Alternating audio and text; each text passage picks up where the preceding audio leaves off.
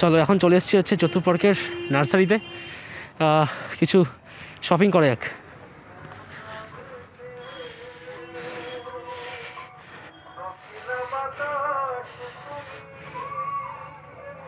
দাদা snake plant আছে?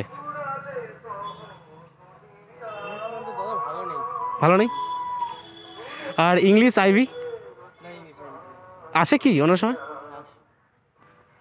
ঠিক আছে। এটা ভার্মি কম্পোস্ট তো? কত এটা? 40 টাকা।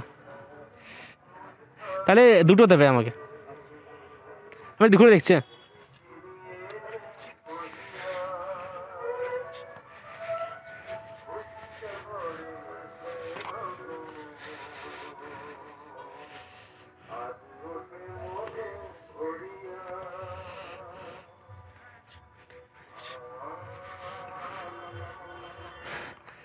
দেখো এখানে হচ্ছে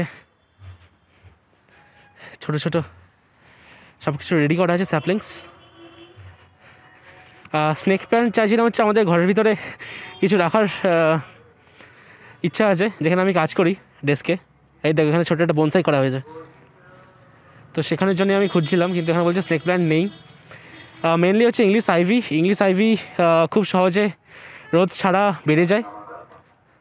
এটা ইউনাইটেড স্টেটসে এটা আগাছা হিসেবে দেখা হয়, যেটা খুব তাড়াতাড়ি বাড়ে, কাটা এটা মুশকিল হয়, কিন্তু আমি চাইছি সেটা এখানে করতে, ঘরে খুব সুন্দর লাগবে আর কি। তো এখানে যেহেতু নেই, আবার পরে এসে দেখব।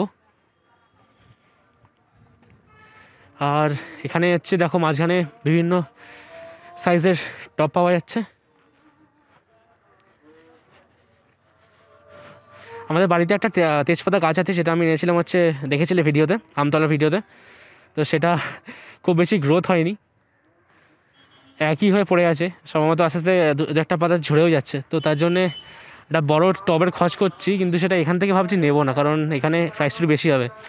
আরেকবার আমরা যাবো হচ্ছে আমতলায়, দেখা যাক কবে যেতে পারি, সেই সময় দেখবো। এখানে হচ্ছে ছোটো ছোটো মার্বেলস, দেখো কালারফুল মার্বেলস।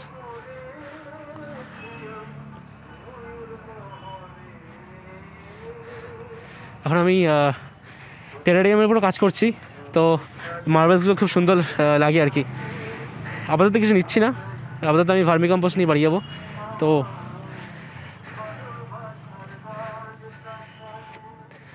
জাস্ট দেখে যাই, ওখানে ঘুরতেও ভালো লাগে।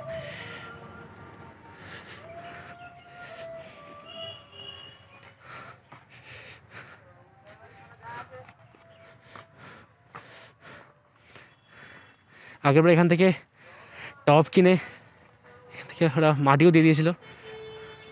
দেখো এখন মাটি প্রিপেয়ার করছে, ছোট্ট অশ্বত্থ গাছ। আমাদের বাড়িতে এখন 3টে অশ্বত্থ গাছ হয়ে গেছে।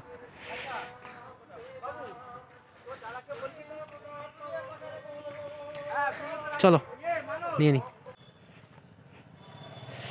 এই যে চতুর্পার্ক নার্সারি থেকে কিনলাম হচ্ছে ভার্মি কম্পোস্ট গাছে দেওয়ার জন্যে।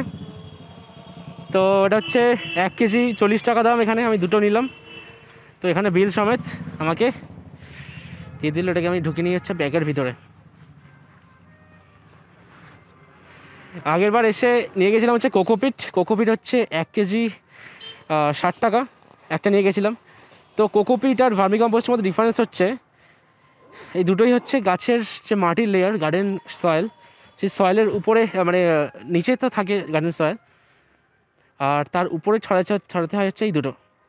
ভার্মি কম্পোস্ট করে হচ্ছে জলটাকে ধরে রাখে না, ড্রেন করে দেয়, আর কোকোপিট করে হচ্ছে জলটাকে ধরে রাখে। তো রিসেন্টলি যে ছোলা গাছ বসিয়েছি আমি, সেখানে আমি যেহেতু জলটা বেশি প্রয়োজন, তাই সেখানে আমি ইউজ করছি হচ্ছে কোকোপিট। এখন বাকিগুলো যেগুলো ড্রেন হওয়া দরকার, যেমন এই তেজপাতাটা ট্রাই করি, তেজপাতা, তারপরে যেগুলো আমি করছি বনসাই, সেগুলোকে আমি এবার এই ভার্মি কম্পোস্ট ইউজ করব।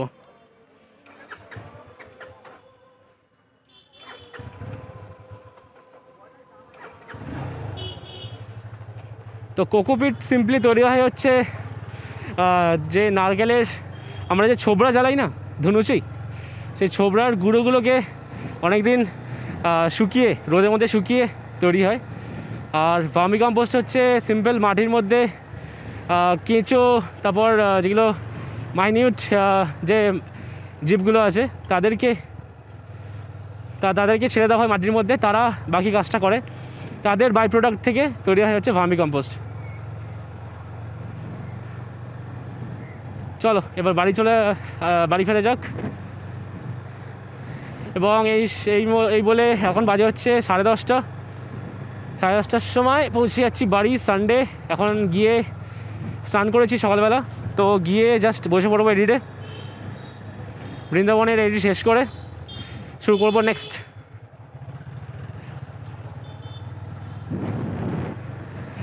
ওই যে দেখছেন নার্সারিটা এই লেকটার ওপারে ছিল। এই পুরো এলাকাটাই হচ্ছে নার্সারির প্রপার্টি। দেখো এদিকেও গাছ ভর্তি।